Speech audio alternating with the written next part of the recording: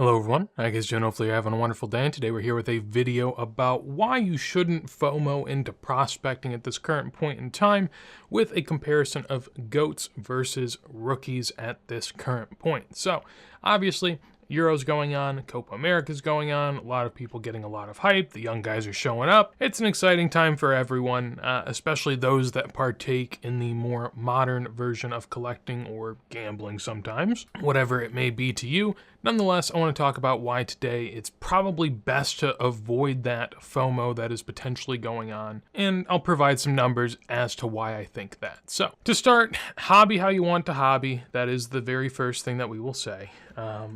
This isn't me telling people what to do. Obviously, cards are meant to be fun, so if you have fun doing something, go ahead and do it. If you don't have fun doing it, don't do it, whatever it is. Obviously, be smart to some degree, but at the same time, enjoy what you're doing. So if you enjoy it, do you. Then there's a nice point on how everyone's at different stages with different intentions on how they want hobby. Do your own thing. But with that said, the hype on these rookies is absolutely crazy and as crazy as ever, and I want to go ahead and talk about that. So, don't get me wrong, I understand it's fun to be able to watch your guy go out there and score, and you have the cards at the same time, so there's even an extra feeling. It definitely adds a layer to card collecting that's impossible to find if you're not buying a modern guy, right? If you're buying an old player, there's not as much to watch. It's not as enjoyable, or it can be just as enjoyable, but in another way, right? But this, in terms of sort of a gambling type of enjoyment, this cannot be found with older players, which is always going to be a bit of a detriment, but that's also a built-in cost in these young guys that you are getting the utility out of them playing and being able to watch them. In theory, when you hold these prospects, they could become one of the greatest players of all time. That is the high hopes that you have, and it certainly is exciting to be able to dream and think about that type of stuff happening one day. But we do have to keep in mind it's all on a balance of risk versus reward in terms of spending money on these cards, right? The risk being that your card could turn into an utter pile of trash if the player doesn't pan out, say, kind of an Ansu Fati at this point. Still a lot of career left to be played, so, be fair. But a lot of people were buying Ansu Fati cards. No one's really talking about them at this point in time, and a lot of people that have them probably don't feel great. Potential reward, though, you could have an all-time great as the card you're holding right now, and you could see that player appreciate in terms of hobby awareness and maybe even in terms of price as well along the way. And that is exciting, and there is sort of a formula here of risk reward, and that's a key point that we want to go ahead and consider going forward. Because in a perfect world, you have a cheap prospect that you can buy in on, and potentially he becomes an all-time great, and all-time greats are worth tons of money, so this cheap guy can then be worth tons of money if everything pans out, right? That's the utopia people want to live in with this type of style of buying a young guy and hoping that it works out, and if it does, you should make lots of money. That's the theory. But that's a issue that we'll come to find. What is that upside? If your prospect does become an all-time great, how high is that upside in soccer? So we'll start by looking at Jude Bellingham sales. These are sales over $100 since the first of the year. As you can see here, total results 2.1 thousand at more than $100.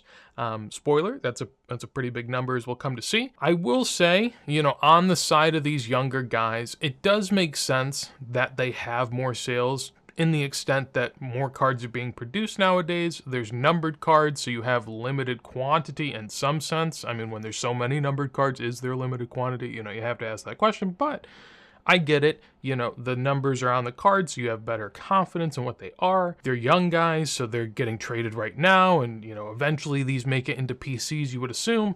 All that to say, there are definitely some logical reasons as far as why younger players should sell at somewhat of a premium than older players, but I think it's pretty drastic in terms of what the drop-off is.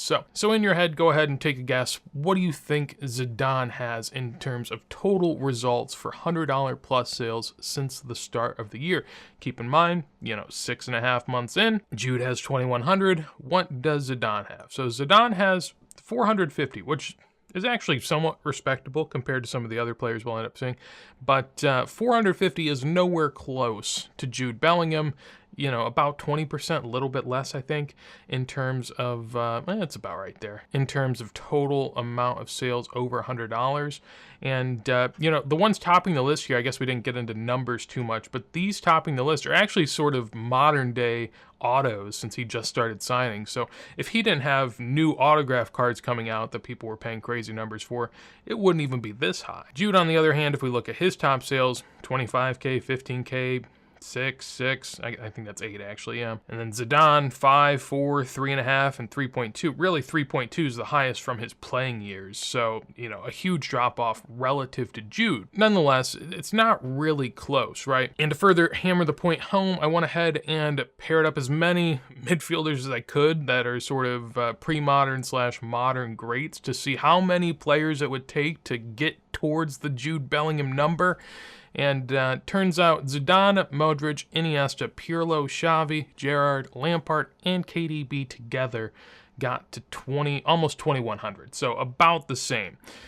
So Jude Bellingham, at least as of this year, has as many cards selling for over $100 as basically all of the all-time great midfielders from the last couple decades. It's pretty crazy when you put it in terms of those. And I understand, again, you know, Jude's a modern player. He's got modern cards. They're going to sell a little bit more. That all makes sense. But in terms of collectors out there right now willing to pay over $100 for a card, as you can see, the numbers are pretty close. And this takes, you know, almost 10 guys that all have their own resumes that Jude could only hope to achieve, right? Maybe he surpasses some of these guys, but maybe he doesn't surpass any of them, right? That's totally an option as well. However, likely, not really the point. The point is that this is a pretty insane comparison, and I didn't think it was going to take this many players, to be honest, but it really did. Beyond that, we can go look at Endrick for Brazil. So he has, since January 1st, 511 results, and I will say keep in mind here, we'll see another example soon of what it could have been, but Endrick is more of a known commodity as of late. He's kind of come onto the scene a bit. He's also very young. He's in Brazil, so it's very hard to get massive cards out there for him. So he's sort of a short printed rookie, at least for the time being. Eventually that won't be the case at all, but for right now, 511 is pretty low. So I compared him with a couple players. We'll go with the more forgiving one to start, and that is Neymar. Neymar has 736 results. So this is actually an example where Neymar's higher than Endrick, right?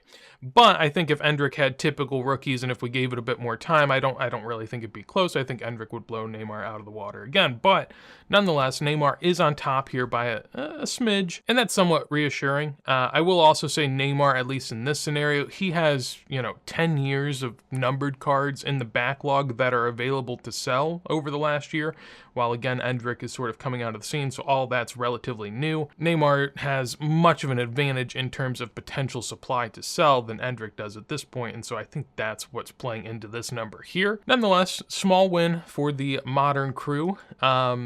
Alternatively, I then compared him to what, in my opinion, is the second best Brazilian of all time, and that is Garrincha. Of course, vintage, I get it, not going to be as many sales, but at the same time, at least to me, this is the second best Brazilian of all time, and I think in most people's lists, he's definitely up there. And yeah, we're looking at a total of 81 sales over $100 since January 1st, 2024. Now, if we go to Pele, which I sort of did on my own, Pele's like 2,000. So let's just say, Endrick's a little bit behind Pele for now. Maybe when more cards come out, that isn't the case. But for now, he's behind Pele. So at least we've got that down. Garrincha definitely far behind in terms of total results over 100, and Neymar just slightly above. So Endrick right where he should be, in between Garrincha, Pele, Neymar, the all-time greats of Brazil. I also have Ronaldinho if you want a little bit of a different sort of spice. This one has 336 results, so again, a bit lower than Endrick, but of course Ronaldinho is a bit less of a player, right? So, and then finally we'll go with Lamine Yamal. So this is an example of a player that does have a lot of cards, and looking here over the last 6.5 months, he has nearly 3,000 results of cards that have sold for over $100. some of which have gone as high as 43,000, 30,000, 21,000, 13,000. Some pretty high dollar signs there. Definitely the highest number we've seen so far, and nothing that I was even going to be able to match, really. So what I decided to do was I went to Spain's all-time cap list, the people that have started the most for that team, and added as many people as I could. Some I couldn't because their names might pull up other people, but basically I put like 10 or 15 of the all-time greats of Spain in there. I was able to get 537 results. So, and the highest sale ever was between 2.7 and 3,500 here, and a lot of that sort of has other people in there. So it's just absolutely insane to think about. You know, I put all the best Spanish players I could in there. How many results do we get over $100? And it's 537. So 1/6 of Lamine Yamal's sales the last 6.5 months. It's just so crazy to me because it's like if they were at least comparable in some regard to other players, it sort of makes sense. But on such a large scale, they are head and shoulders above. And I understand it because a lot of people are excited by Modern. A lot of people want to get into it. It's very easy. It's very accessible. And so I totally get it. But the thing I've sort of stressed in soccer, and I try to tell as many people as possible, is that these types of players, like gambling on a Lamine Yamal, you don't necessarily need to do it in soccer. Like, in other sports, sometimes the greats of the game are so expensive that you can't buy them and you have to chase, right?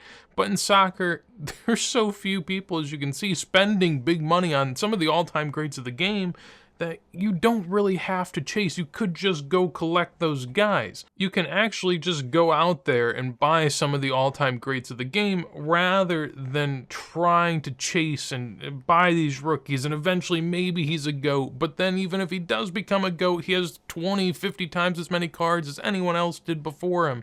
And it's just, it's brutal to see, but I totally understand it. And again, I don't disparage anyone that wants to partake in this sort of gambling or buying modern cards. There's nothing wrong inherently with modern cards, but prospecting is a very dangerous game with what appears to be a lot of upside. But if I'm being honest, I don't see it personally, and it sort of bears out in the stats we saw today. So yeah, that's my plea to those that are enjoying modern soccer to just, you know, push on the brakes a little bit.